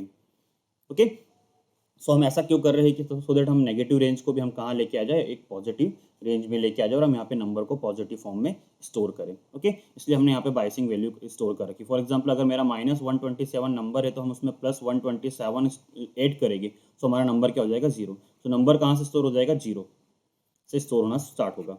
सो एक्चुअल में नंबर क्या है, -127, बट हमने स्टोर क्या करा है, 0। बट हम अगर जब रिट्राइव करेंगे तो 0 में से प्लस अगेन हम क्या करेंगे, 127 को सब्ट्रैक्ट कर देंगे, तो हमारे पास एक्चुअल नंबर क्या आ जाएगा, एक्सपोनेंट क्या आ जाएगा, 1 - 127। सो यही प्रोसीजर हम यहाँ पे यूज करेंगे। सो IEEE में बाइसिंग वैल्यू क्या होती है, 127। अब हमें हमारे पास स्टोर वैल्यू क्या है, तो आप देखिए स्टोर वैल्यू क्या है यहाँ पर। तो अगर मैं फर्स्ट रजिस्टर लूँ, RA, सो RA में एक्सपोनेंट क्या है, तो RA की बात करूँ तो RA में एक्सपोनेंट जो है हमारे पास क्या है, 1, 5 टाइम जीरोस 1 0। ये बाइनरी में हमारे पास, अगर मैं इसका डेसिमल नंबर निकालूँ तो डेसिमल नंबर क्या आएगा, 130 इन डेसिमल। ओके, सो ये क्या है हमारे पास, स्टोर। सो ये स्टोर वैल्यू है। सो एक्चुअल एक्सपोनेंट वैल्यू क्या होगी, सो आगे जैसे एक्चुअल एक्सपोनेंट वैल्यू क्या होती है, तो अगर मैं एक फार्मूला ड्राइव करूँ, सो स्टोर होता है हमारे पास एक्चुअल प्लस बाइसिंग। तो सो एक्चुअल क्या हो जाएगा हमारे पास, स्टोर माइनस बाइसिंग। सो स्टोर वैल्यू क्या है, 130, बाइसिंग वैल्यू क्या है, 127। ओके, सो हमारे पास एक्चुअल एक्सपोनेंट क्या आ जाएगा, 3। अब मेंटिसा क्या है, तो मेंटिसा क्या आप डायरेक्ट 23 बिट्स यहाँ से ले सकते हैं। सो हमारे पास एक्चुअल में RA नंबर क्या हो जाएगा, तो RA रजिस्टर में जो नंबर स्टोर है उसका साइन क्या है हमारे पास, मोस्ट सिग्निफिकेंट बिट 1 है। सो 1 × 1 पॉइंट मेंटिसा, मेंटिसा क्या है, 23 बिट्स। सो इसको ऐसा लिख सकता हूँ, 1 0 dot dot dot 23 bits into 2 exponent. So actual exponent क्या है, तो एक्चुअल एक्सपोनेंट हमारा क्या है यहाँ पर, 3। ओके, सो इसको कन्वर्ट करिए। सो अगर मैं यहाँ पे डॉट शिफ्ट करता हूँ, तो डॉट शिफ्ट करूंगा, तो अगर मैं यहाँ पे इस 0 के बाद 0 की सारी, अगर डॉट डेसिमल प्लेस के बाद अगर यहाँ पर 0 0 0 0 है, तो हम 0 को क्या कर सकते हैं, इग्नोर कर सकते हैं। तो इस नंबर को अगर मैं ऐसा लिखता हूँ कि -1 की पावर 1 है, दैट मीन्स नंबर क्या हो गया मेरे पास, -1.1 इंटू 2 विच इज़ क्या होता है हमारे पास, अगर मैं इसको कन्वर्ट करूँ। सो अगर मैं डॉट को रिमूव करता हूँ, तो यहाँ पर क्या हो जाएगा, 1 इंटू 2 इंटू 2 की पावर -1। और ये बाइनरी में है और ये डेसिमल में है, तो हम इसको भी कन्वर्ट करेंगे, तो ये हो जाएगा 3 इंटू 2 दैट इज 12। सो हमारे पास RA की वैल्यू क्या है, -12। अब आप देखिए RC रजिस्टर में जो वैल्यू स्टोर है वो सिमिलर, एक्सपोनेंट भी सेम है, मेंटिसा भी सेम है, बट साइन जो है, साइन बीट जो है हमारे पास 0। दैट मीन्स अगर मैं यहाँ पे साइन की बीट को 0 पुट करता हूँ, तो ये क्या हो जाएगा, पॉजिटिव वैल्यू। सो अगर RC की वैल्यू अगर मैं लिखूँ, तो RC क्या होगा, +12। डायरेक्ट हम यहाँ से लिख सकते हैं। हमें यहाँ पे निकालना है RB। तो RB को अगर मैं कन्वर्ट करूँ, तो सेम प्रोसीजर आपको RB के लिए भी अप्लाई करना है। आपको मेंटिसा निकालनी है, एक्चुअल एक्सपोनेंट निकालना है, एंड देन आपको डेसिमल नंबर निकालना है। सो यहाँ पे मैं इसकी डायरेक्ट वैल्यू पुट कर देता हूँ कि जो RB आएगा आपके पास क्या आएगा, +36। ओके, सो RA आपके पास -12, RB आपका +36 एंड RC आपका क्या रहेगा, +12। अब आप देखिए ऑप्शन ए क्या है, A + C = 0।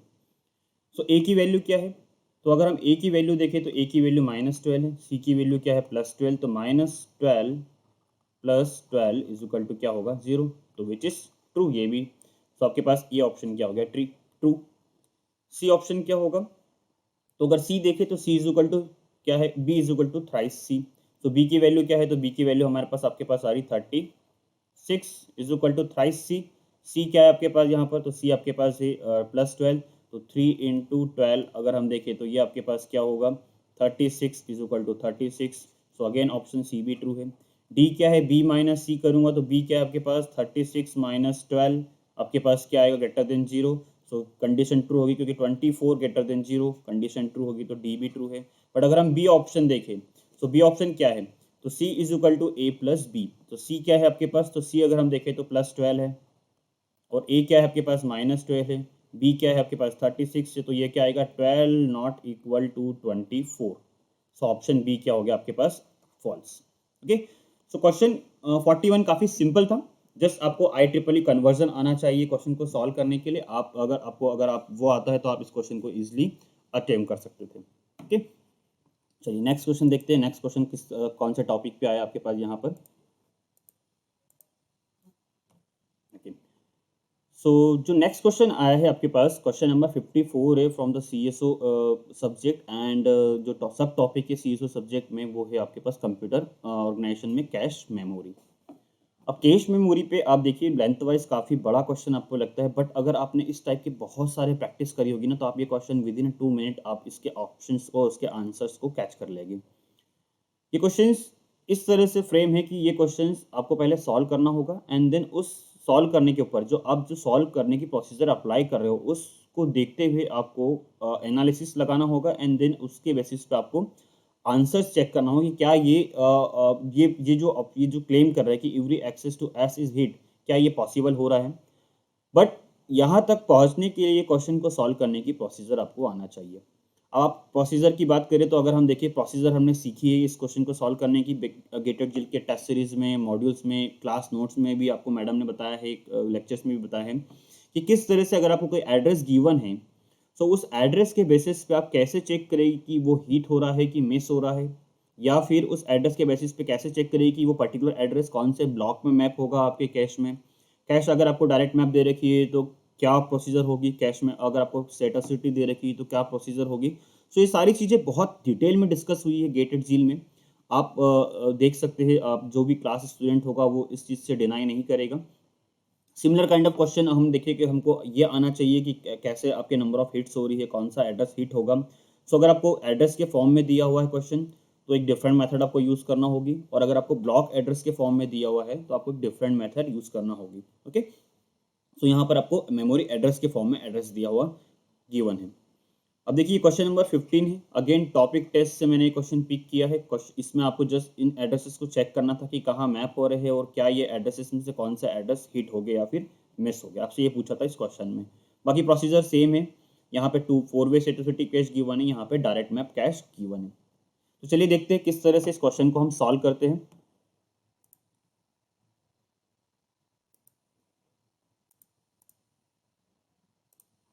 ओके, तो ये क्वेश्चन को सॉल्व करने के लिए आपको पहले तो किसी भी मेमोरी एड्रेस को कैश ऑर्गेनाइजेशन में मैप करने के लिए आपको उस एड्रेस को ब्रेक करना होता है 3 पार्ट्स में। अगर वो डायरेक्ट मैप कैश है और आपका सेटोसिटिव कैश है तो वो 3 पार्ट्स में ब्रेक होगा, बट अगर वो फुल्ली एसोसिएटिव कैश है तो वो एड्रेस आपके 2 पार्ट्स में ब्रेक होगा। तो यहाँ पे एड्रेस क्या दे रखा आपको, कैश कैसी दे रखी है, डायरेक्ट मैप कैश दे रखी है, तो डेफिनेटली जो आपका एड्रेस है वो 3 पार्ट में ब्रेक होगा। सो अगर आपको मेमोरी एड्रेस गिवन दे रखा है तो वो मेमोरी एड्रेस आपके 3 पार्ट्स में ब्रेक होता है, और उसके बेसिस पे हम क्या करते हैं, मेन मेमोरी के डेटा को मैप करते हैं इन कैश मेमोरी। सो वो 3 पार्ट कौन कौन से हैं, तो फर्स्ट पार्ट होता है हमारे पास टैग, सेकेंड पार्ट होता है हमारे पास इंडेक्स, और थर्ड पार्ट होता है हमारे पास ऑफसेट। ओके, अब आपको ये अगर मेमोरी एड्रेस आपका x बिट का है तो आपके पास इसको आपको ब्रेक करना है 3 पार्ट्स में, ऑफसेट की जितनी बिट्स होगी उसमें, इंडेक्स की जितनी बिट होगी उसमें, एंड टैग की बिट होगी उसमें। यहाँ पे मैंने जो एड्रेसेस गिवन दे रखे थे PQR एंड S, इनके already tag, index, offset find कर रखे, बट मैं ये प्रोसीजर बताऊंगा किस तरह से मैंने ये टैग, इंडेक्स और ऑफसेट को डिवाइड में एड्रेस को डिवाइड करा है मेमोरी एड्रेस को। तो उसके लिए हमें ऑफसेट की बिट फाइंड करना होगी, इंडेक्स की बिट फाइंड करना होगी, और टैग की बिट फाइंड करना होगी। सो कैसे फाइंड करेंगे, सो अगर आप देखिए यहाँ पर आपके पास सबसे पहले तो जो कैश दे रखी है 2 किलोबाइट डायरेक्ट मैप कैश दे रखी है, and a block size of 64 byte. तो साइज ऑफ कैश क्या है, तो अगर हम साइज ऑफ कैश देखें सो वो दे रखा आपको 2 किलोबाइट। सो 1 किलोबाइट क्या होता है, सो 1 किलोबाइट होता है 2 to the power 10 बाइट्स। तो यहाँ अगर मैं लिखता हूँ तो 2 into 2 to the power 10 bytes, सो मेरे पास कैश साइज क्या हो जाता है 2 की power 11 bytes. Okay, block size क्या दे रखा आपको यहाँ पे क्वेश्चन में, तो ब्लॉक साइज दे रखा है 64 अगर मैं 2 की पावर में लिखूँ तो ये होता है हमारे पास 2 की पावर 6 बाइट्स। ओके, सो 2 की पावर 6 बाइट हुई है। सो ऑफसेट कहाँ से आता है? तो ऑफसेट आता है हमारे पास ब्लॉक साइज से। एक ब्लॉक के अंदर कितनी डिफरेंट बाइट्स है, अगर मैं बाइट एड्रेसेबल मेमोरी यूज़ कर रहा हूँ तो एक ब्लॉक के अंदर कितनी डिफरेंट बाइट्स है और उन बाइट्स को एड्रेस करने के लिए कितनी बिट्स रिक्वायर्ड होगी, वही मेरे पास क्या होता है, ऑफसेट का साइज। सो यहाँ पर एक ब्लॉक के अंदर 64 बाइट्स है। इन 64 बाइट्स को एड्रेस करने के लिए मिनिमम नंबर ऑफ बिट्स कितनी लगेगी? सो अगर हम इसका लॉग लेते हैं 64 का, तो क्या होगा, लॉग टू द बेस 2। अगर मैं 64 का लॉग लेता हूँ सो वैल्यू क्या आएगी यहाँ पर मेरे पास 6 बिट। तो मुझे 6 बिट्स चाहिए इन 64 बाइट्स को एड्रेस करने के लिए। हर बाइट का एक यूनिक एड्रेस होता है हमारे पास कैश मेमोरी में, और अगर मुझे उस एड्रेस उस बाइट को एड्रेस को यूनिक उस बाइट को एक एड्रेस देना होगा तो मुझे मिनिमम 6 बिट का एक एड्रेस देना होगा। सो ऑफसेट क्या हो गया हमारे पास? तो ऑफसेट आ गया आपके पास यहाँ पर is equal to 6 bits. Okay, next index. अब इंडेक्स कहाँ से आता है?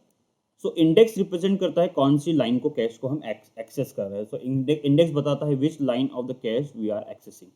ओके, सो हमें निकालना होगी नंबर ऑफ लाइंस, और जितनी नंबर ऑफ लाइंस हमारे पास कैश में होगी उसको एड्रेस करने के लिए जितनी बिट्स लगेगी, हर लाइन का हमें एक यूनिक एड्रेस प्रोवाइड करेगी, और उसको एक्सेस करने के लिए मुझे जितनी मिनिमम बिट लगेगी वही मेरे पास क्या होता है, साइज ऑफ इंडेक्स।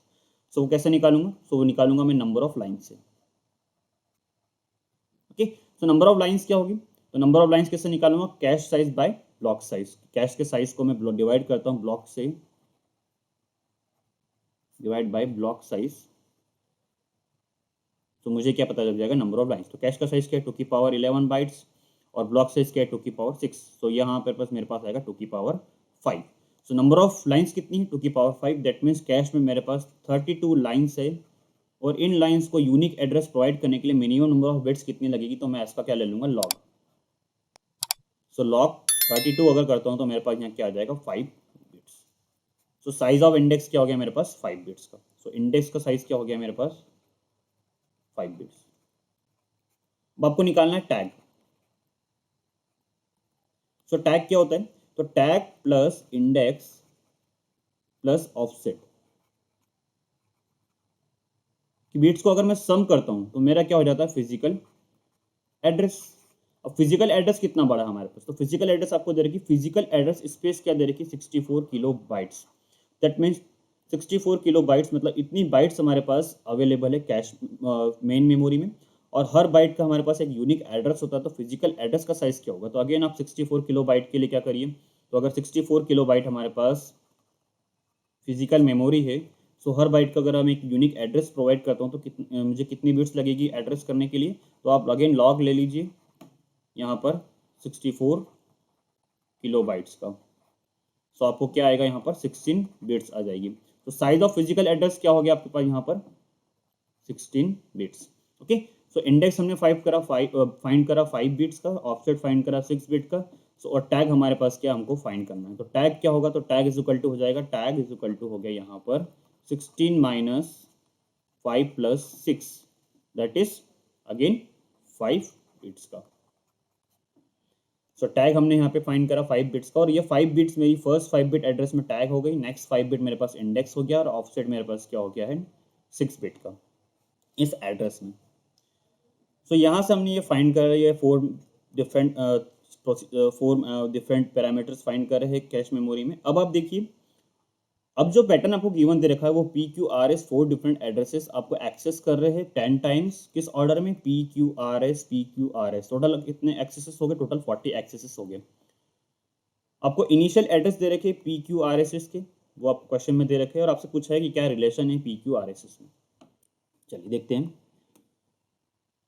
सो हमने निकाल लिया टैग हमारे पास क्या है, 5 बिट का, इंडेक्स 5 बिट का, ऑफसेट 6 बिट का है, और फिजिकल एड्रेस क्या है हमारे पास, 16 बिट का है। अगर मैं ये कैश डिजाइन करूं, अगर ये मेरी कैश मेमोरी है और ये कैश मेमोरी के मेरे 32 ब्लॉक्स है, 32 ब्लॉक्स, क्योंकि ब्लॉक्स 32 है दैट मीन्स हमारे पास क्या है, दैट इज वाई हमारे पास एड्रेस क्या है, इन ब्लॉक्स के 5 बिट्स में हमारे पास एड्रेसेस है। इंडेक्स क्या है, 5 बिट का हमारे पास। तो for example this is our block 00000, and this is our block 0001 and so on. Okay, so आप देखिए यहाँ पर जब मैंने इन एड्रेसेस को ब्रेक करा 5 पार्ट में, तो मेरे पास दो ही एड्रेसेस आ रहे हैं लाइन नंबर के। एक तो लाइन नंबर मेरे पास 1001 आ रहा है और एक लाइन नंबर मेरे पास आ रहा है 1010, that is line number 9 and line number 10। Again ये भी लाइन नंबर 10 है और ये भी लाइन नंबर 9 है। सो ये दोनों एड्रेसेस है आपके पास, ये कहाँ मैप हो रहे हैं, तो ये दोनों एड्रेसेस आपके लाइन नंबर 9 पे मैप होगा। लाइन नंबर 9 क्या है 1001 और लाइन नंबर 10 क्या है 1010। Okay, so very first access क्या है हमारे पास P। अब आप देखिए कैश अगर हमारे पास एम्प्टी है तो वेरी फर्स्ट एक्सेस P क्या होगा हमारे पास मिस होगा।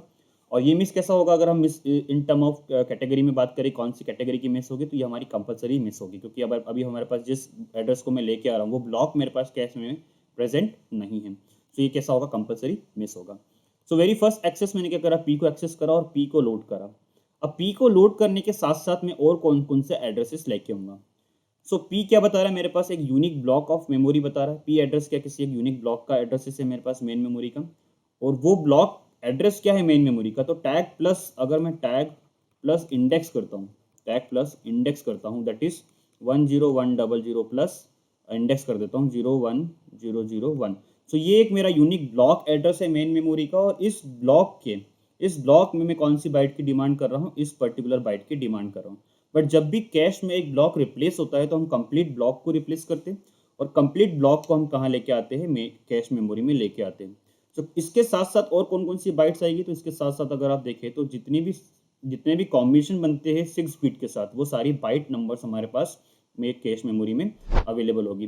तो देखिए P के साथ कौन कौन सी बाइट आएगी, तो अगर हमारे पास ऑफसेट की बात करें तो हमारे पास फ्रॉम 00002, अगर मैं यहाँ देखूँ तो फ्रॉम जीरो ऑफसेट की बात करूँ तो फ्रॉम 0002 आपके पास फ्रॉम ऑल 6 वंस तक की बाइट कंप्लीटली यहाँ लोड होगी।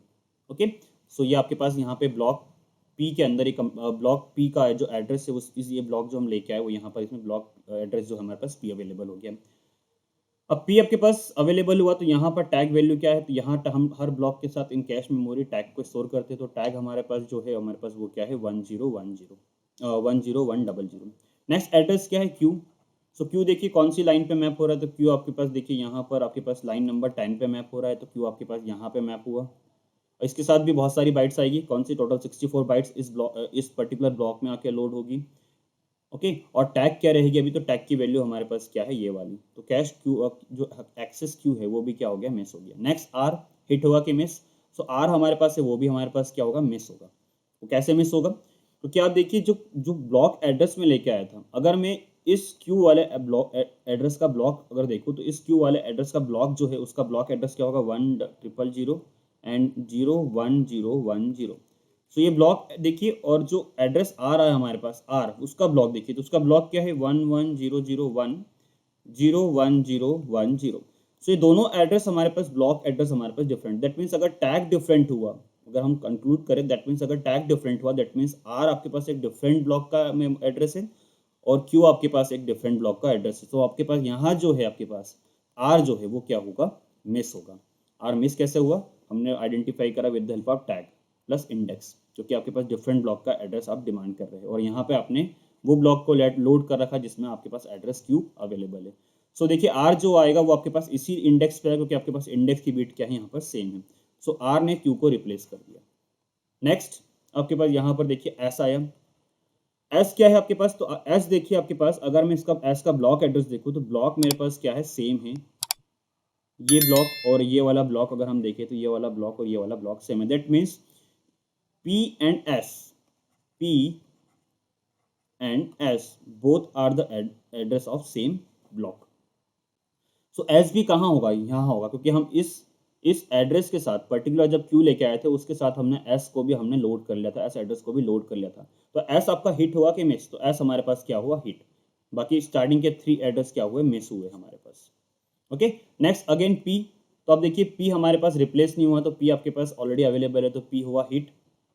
Q हमारे पास हिट हुआ कि मिस, तो जब R लोड हुआ था उसने Q को रिप्लेस कर दिया था, तो अब Q हमारे पास क्या होगा मिस। तो Q किसको रिप्लेस करेगा अगेन वापस R को, क्योंकि इनडायरेक्ट मैप कैश जहाँ पे ब्लॉक पहली बार लोड होता है वहीं पे सेकंड टाइम भी वो लोड होता है। सो आपके पास Q आपके पास अगेन R को रिप्लेस करके लोड होगा। फिर अगेन R सो जब आप आर अभी अवेलेबल ही नहीं कैश में क्योंकि क्यू लोड हो गया है, तो अगेन आर पे क्या होगा, मिस होगा आपके पास। सो जब भी आर आएगा क्यू को रिप्लेस करेगा। और पी एक बार लोड हो गया हमारे पास कैश में, तो वो कैश में ही रहेगा। और आपके पास देखिए एस वाला जो एड्रेस है वो आपके पास स्टार्टिंग से ही हिट हो रहा है। ओके, तो अब देखते हैं यहाँ तक की जो थ्योरी स्टडी करी, क्या इससे हम सारे ऑप्शंस अटेम्प्ट कर सकते हैं क्या। So very first option, every access to S is hit. So ये जो मैंने अभी थ्योरी डिस्कस करी इसके बेसिस पे मैं कंक्लूड कर सकता हूँ कि एस हमेशा मेरे पास मेमोरी में है अवेलेबल, तो every access to S is hit, क्योंकि एस को किसी ने रिप्लेस नहीं किया। So first option true. Second, once P is brought to the cache is never evicted. So अब देखिए वेरी फर्स्ट टाइम जो मैं P को P एड्रेस को लेके आया था और वो ब्लॉक जो मेरे में लाइन नंबर 9 पे लोड करा था मैंने, वो कैश में रिमेन रहेगा जब तक कि सारे एक्सेस पैटर्न मेरे कंप्लीट ना हो जाते। सो P को जब मैंने लोड करा तब तक वो रिप्लेस नहीं हुआ, आखिरी तब तक वो मेरे पास क्या हुआ, कैश में ही, और वो इविक्टेड नहीं हुआ है। सो ऑप्शन बी भी मेरे पास ट्रू हो गया। At the end of the execution, only R and S reside in the cache. So आप देखिए यहाँ पर जब हमारा पैटर्न कैसा है, P Q R S. So जो लास्ट में एक्सेस होगा S होगा एंड देन R होगा देन Q होगा, और Q और R आपस में एक दूसरे को क्या कर रहे हैं, रिप्लेस कर रहे हैं। सो लास्ट एक्सेस में क्या होगा, तो लास्ट एक्सेस में मेरे पास जब R लोड होगा उसने Q को रिप्लेस कर देगा। दैट मीन्स Q डेफिनेटली हमारे पास कैश मेमोरी में नहीं होगा, हमारे पास R होगा और S होगा। क्या P अवेलेबल होगा? सो अभी हमने प्रूफ करा है कि P एक बार अगर कैश में आ गया तो उसको वो इविक्ट नहीं होगा, तो P भी डेफिनेटली होगा हमारे पास कैश में। सो ऑप्शन सी क्या हो गया, हमारे पास फॉल्स हो गया। जो मेमोरी एड्रेसेस रहेंगे मेरे पास, P भी अवेलेबल रहेगा, R भी अवेलेबल रहेगा, S भी अवेलेबल रहेगा। ओके, नेक्स्ट डी की बात करते हैं। Every access to R evict Q from the cache. So it is also true कि जब भी R लोड हो रहा है मेमोरी में, कैश मेमोरी में, हमारे पास Q क्या हो रहा है, हमारे पास इविक्ट हो रहा है from the cache memory. So from this theory हमने ये सारे ऑप्शंस को प्रूफ कर दिया कि कौन कौन सा ऑप्शन सही है। ए बी डी सही है, आपसे ट्रू पूछा था तो करेक्ट आंसर इसका क्या ऑफिशियल आंसर स्कीम में आया है, A B and D. Okay, so ये क्वेश्चन हमने काफ़ी डिटेल सॉल्व कर रखे हैं इसको टाइप के क्वेश्चंस को। और अगर आपको गेट में भी क्वेश्चन आता है तो आप सबसे पहले वेरी फर्स्ट जितना कंफर्टेबली आप टैग इंडेक्स ऑब्जेक्ट फाइंड कर सकते हैं, उतना आप ये क्वेश्चन को इतना ईजिली सॉल्व कर सकते हैं। और ये कंक्लूजन हमने कैसे ड्रॉ करे हैं, इस एक्सेस पैटर्न को कैश में प्लेस करके। इस टाइप के बहुत सारे क्वेश्चंस आप गेटेड जिल के मॉड्यूल में सॉल्व करेंगे, टेस्ट सीरीज में सॉल्व करेंगे, और आप अगर देखें तो आपकी गेटेड आप जो आपको जो लेक्चर्स प्रोवाइड होते हैं उनमें भी आपको एज अ एग्जाम्पल आपको वहाँ पर सॉल्व करके बताए जाते हैं। ओके, नेक्स्ट क्वेश्चन देखते हैं। नेक्स्ट क्वेश्चन कौन सी थ्योरी से आया है।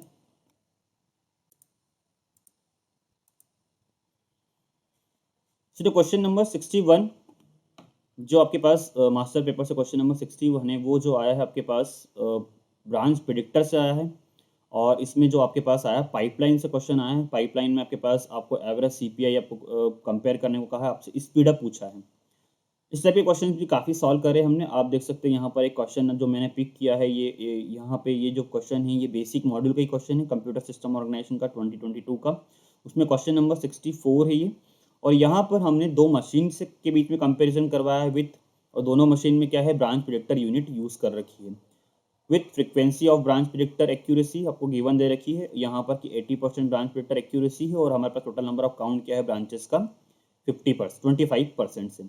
और आपको मिस पेनल्टीज दे रखी है कि अगर स्टॉल्स लगते हैं, अगर ब्रांच मिस प्रिडिक्टेड होता है तो कितने साइकिल्स का स्टॉल लगता है। तो यहाँ पे दो मशीन्स के बीच में कंपेरिजन पूछा था, इन दो मशीन के बीच में स्पीडअप भी पूछ सकते थे। तो स्पीडअप कितना मिल रहा है फास्टर टू स्लोअर के बीच में, तो ये भी पूछ सकते थे इस क्वेश्चन में। तो ये question similar to the question number 61 है। अब क्वेश्चन नंबर 61 को किस तरह से सॉल्व करते हैं हम देखते हैं। हमें यहाँ पर सीपीआई निकालना होगा टू मशीन्स की।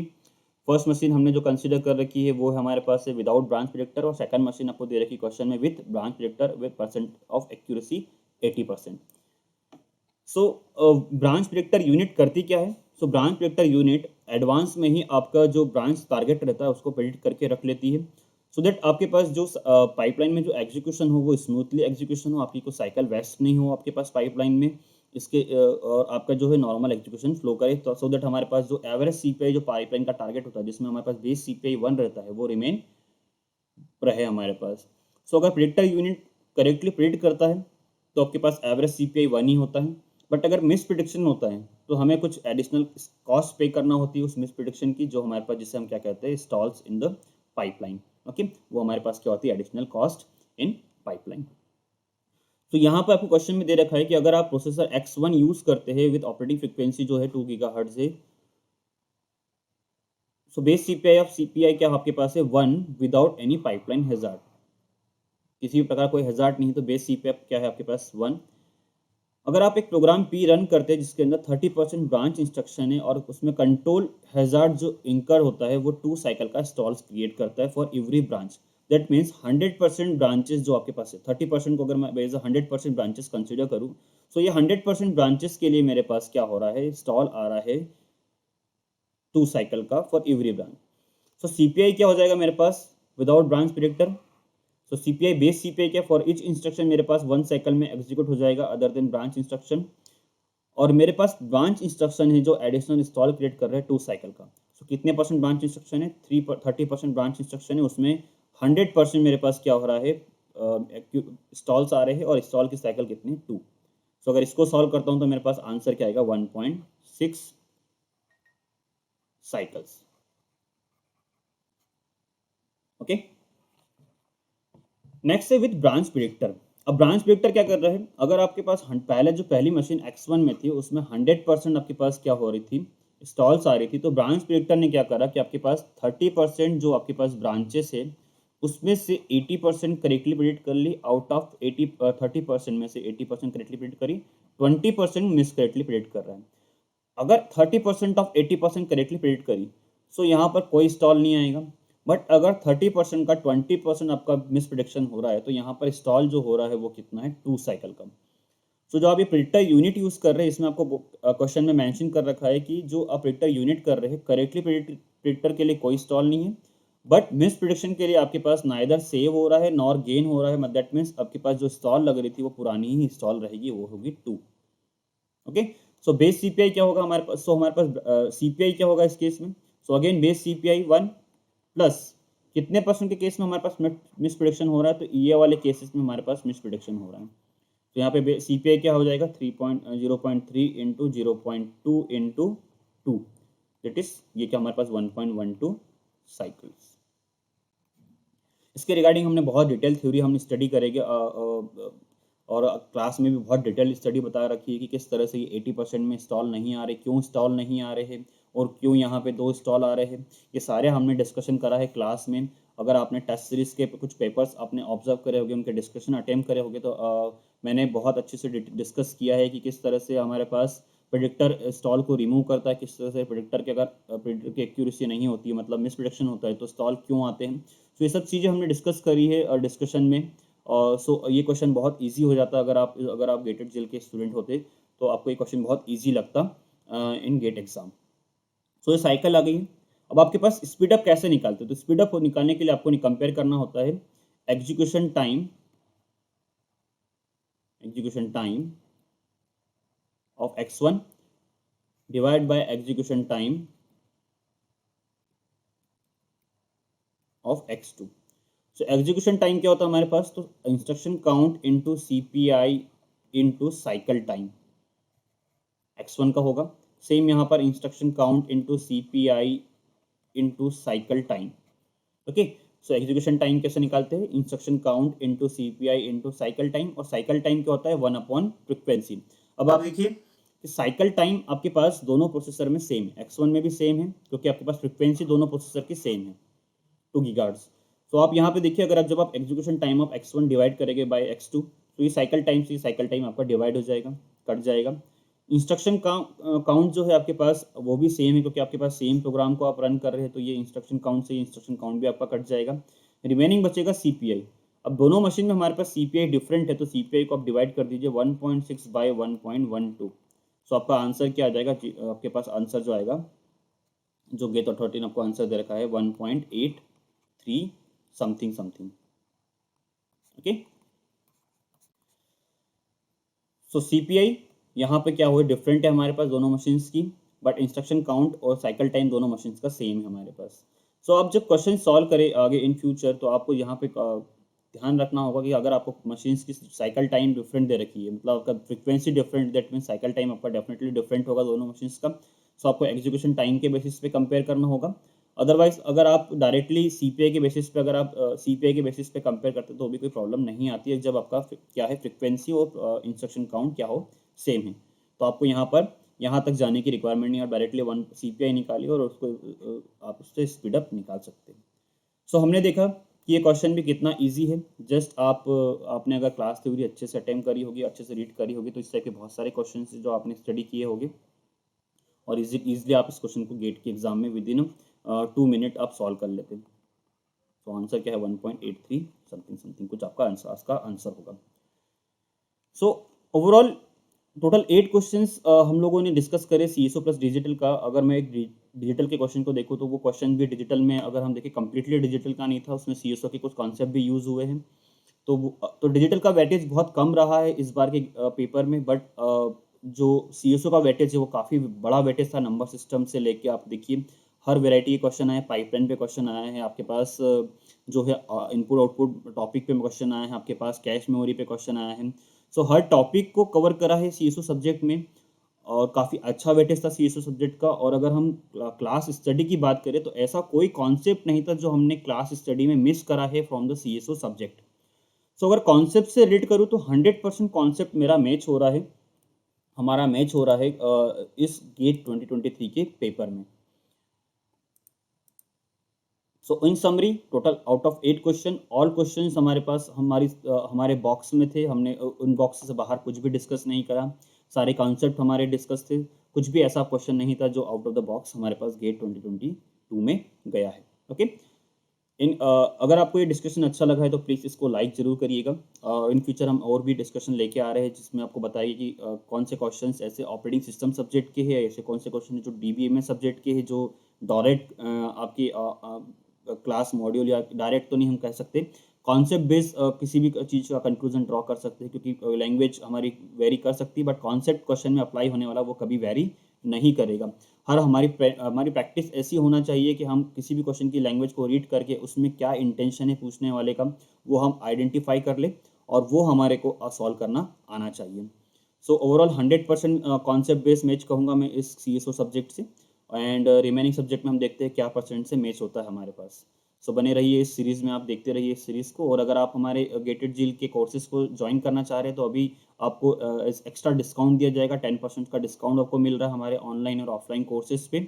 आप हमारे ऑनलाइन और ऑफलाइन कोर्सेज को हमारी वेबसाइट पे देख सकते हो और हमारी गेटेड जील की ऐप को डाउनलोड करके आप वहाँ से कोर्सेज को डायरेक्टली परचेज कर सकते हैं। टेस्ट सीरीज़ भी आप परचेज कर सकते हैं।